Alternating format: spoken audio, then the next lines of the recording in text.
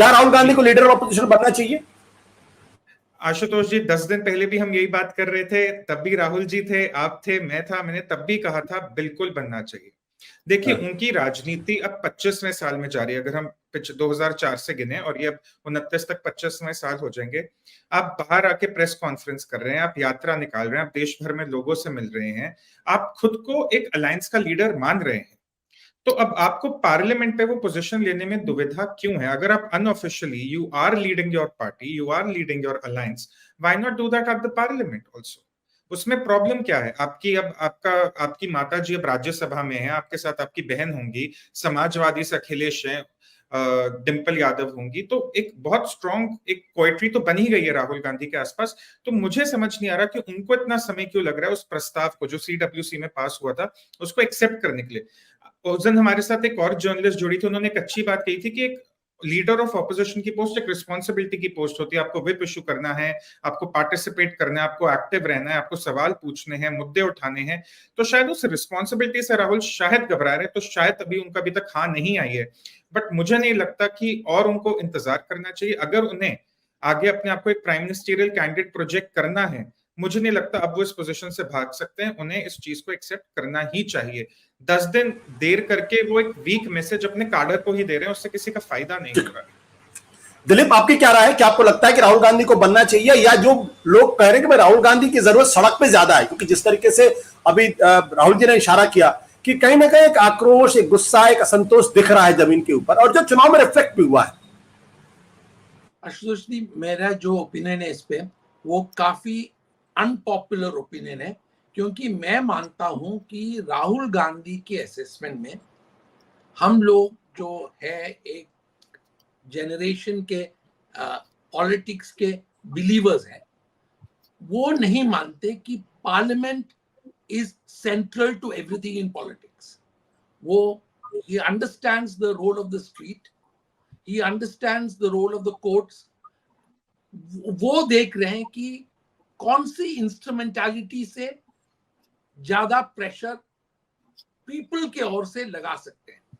तो अगर उनको ये लगता है कि देखिए, राहुल जी एकमात्र व्यक्ति है जिनको अपना सीवी बनाना, अब उनको वो परस्यूट में लगना ही नहीं है। उनका बायोडेटा में लीडर ऑफ ऑपोजिशन हो या ना हो, उनका qualification for prime minister is the surname, तो वो छोड़ लीजिए। मैं मानता हूं कि उनका डिसीजन वही होगा कि आज के यूथ, कल के वोटर, वो पार्लियामेंट को वो प्राइमेसी देते हैं कि नहीं, कि उनको जो जहां वो देखते हैं, जहां उनका एक्टिविटी होता है, न्याय यात्रा हो, जो भी है, वहां ज्यादा इंपॉर्टेंस देना चाहिए कि नहीं। मेरा पर्सनल ओपिनियन अगर आप पूछें तो ये करने से उनको भी एक अपॉर्चुनिटी होगा दबाव लगाने का और दबाव देने का, और ये एक यूजफुल अपॉर्चुनिटी हो सकता है। पर उनका असेसमेंट का वेरिएबल जो है वो अलग होगा। दिलीप, एक बात जो आरोप लगाया जाता है कि राहुल गांधी सारे पावर तो एग्जीक्यूट करना चाहते हैं, लेकिन रिस्पॉन्सिबिलिटी नहीं लेना चाहते, कि आप पार्टी के सर्वोच्च नेता लेकिन अध्यक्ष नहीं बनना चाहते। आप संसद के अंदर है, 2 जगह से चुन के आए हैं, लेकिन आप लीडर ऑफ अपोजिशन का पद नहीं लेना चाहते। क्यों? क्योंकि अगर वो रहेंगे सामने और नरेंद्र मोदी और उनके बीच में बातचीत होगी, तो एक तो आपस में समझ भी बनेगी, क्योंकि अभी दूर दूर से रहने समझ नहीं बनती है।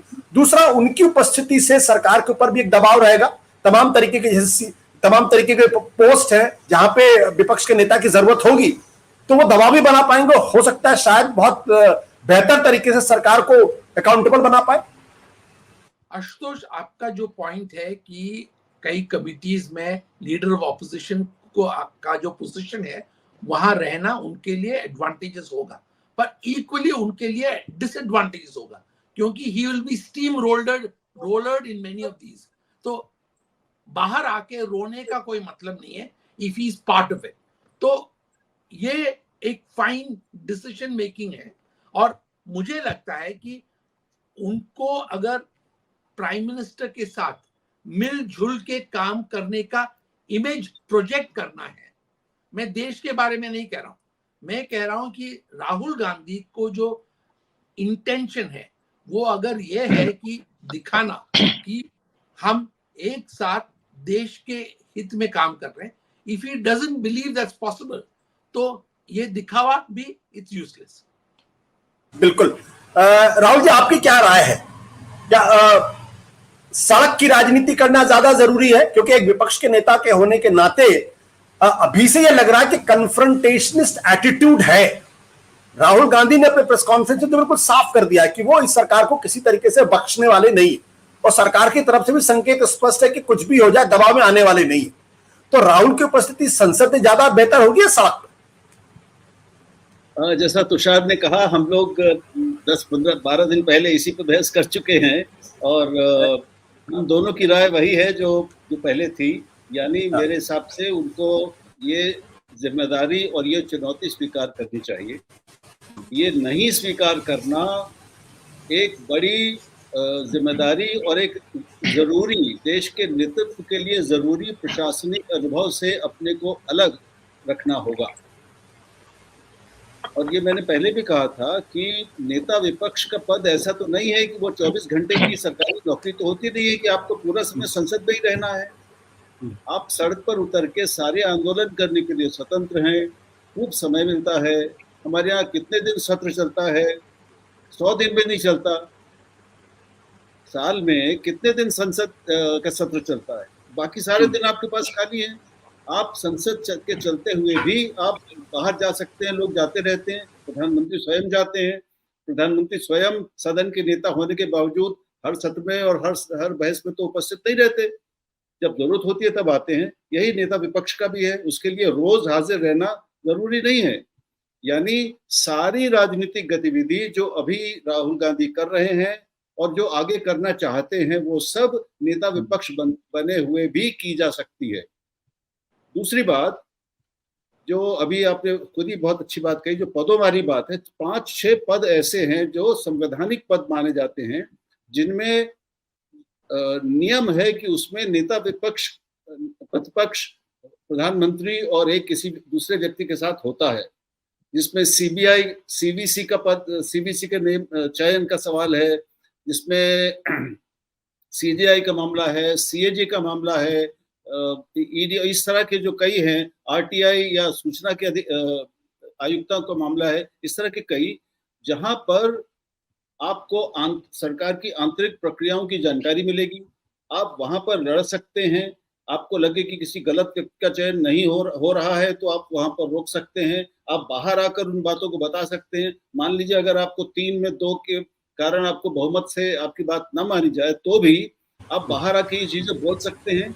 और नेता प्रतिपक्ष जब इन चयन समितियों में शामिल होता है तो उसका सबके ऊपर प्रधानमंत्री सहित एक दबाव होता है, एक काम करता है, एक ज्यादा बड़ी जवाबदेही बनती है।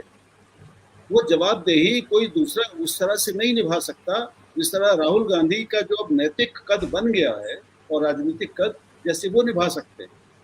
और तीसरी चीज, या तो देखिए, मैं उस दिन भी मैंने कहा, मैं फिर और स्पष्ट करके कह रहा हूँ, या तो राहुल गांधी ये तय करें कि उनको अगर जयप्रकाश नारायण की भूमिका निभानी है या गांधी की भूमिका निभानी है तो वो चुनाव और सत्ता की राजनीति से बाहर हों। और मैं तो कहूँगा कि तीनों, पूरे गांधी नेहरू परिवार के लोगों को बाहर होना चाहिए और वो एक नैतिक सहारे, नैतिक बल और नैतिक नेतृत्व करने के लिए, नैतिक बौद्धिक नेतृत्व करने के लिए रहें और वो देश के जनमत को जागरूक करें जी। और वो बहुत बड़ा उसका असर होगा। लेकिन अगर आप चुनाव की प्रक्रिया में शामिल हैं और उसके बाद आप कहें कि साहब मुझे चुनाव के लड़के संसद में तो आना है, लेकिन उसके सबसे बड़े नेता होने के नाते जो एक स्वाभाविक जिम्मेदारी मेरे ऊपर आती है उसको मैं नहीं स्वीकार करूंगा, तो इसका मतलब है कि आप कह रहे हैं कि कहीं भीतर आपके मन में डर है कि आप अपने को उस काम के योग्य नहीं मान रहे हैं या आपको कुछ कमी है, आपको लगता है कि आप शायद नहीं कर पाएंगे। ऐसा है क्या? अगर ये है तो ये संदेश ये देना, ये छवि बनना भी उनके लिए अच्छा नहीं होगा। बट राहुल जी, जब पिछली बार हमने बातचीत की थी तब से 10 दिन का वक्त हो गया है। उस वक्त ये सवाल था कि वो बनेंगे या नहीं बनेंगे। अब सवाल ये कि 10 दिन तक वो फैसला क्यों नहीं कर पा रहे? वो फैसला करना नहीं चाहते, वो उस पद को लेना नहीं चाहते, या क्या मजबूरी आपको दिखाई पड़ रही है? मुझे लगता है कि आपसे भी और कई मित्रों से समझ में यही आ रहा कि भाई उनके मन की इच्छा नहीं है। उनकी इच्छा होती तो वो इस ऊहापोह को समाप्त कर चुके अब तक। अब तक उन्होंने नहीं किया है, तो उनके मन में हिचक है। लेकिन मैं समझता हूँ उस हिचक के बावजूद, हम सब समझते हैं उसको, उसके बावजूद हम अपनी राय व्यक्त कर रहे हैं। ठीक। और मैं एक बात और कह रहा हूँ कि उनका इस जिम्मेदारी को स्वीकार न करना भी तो कुछ कहेगा, कुछ कहता है।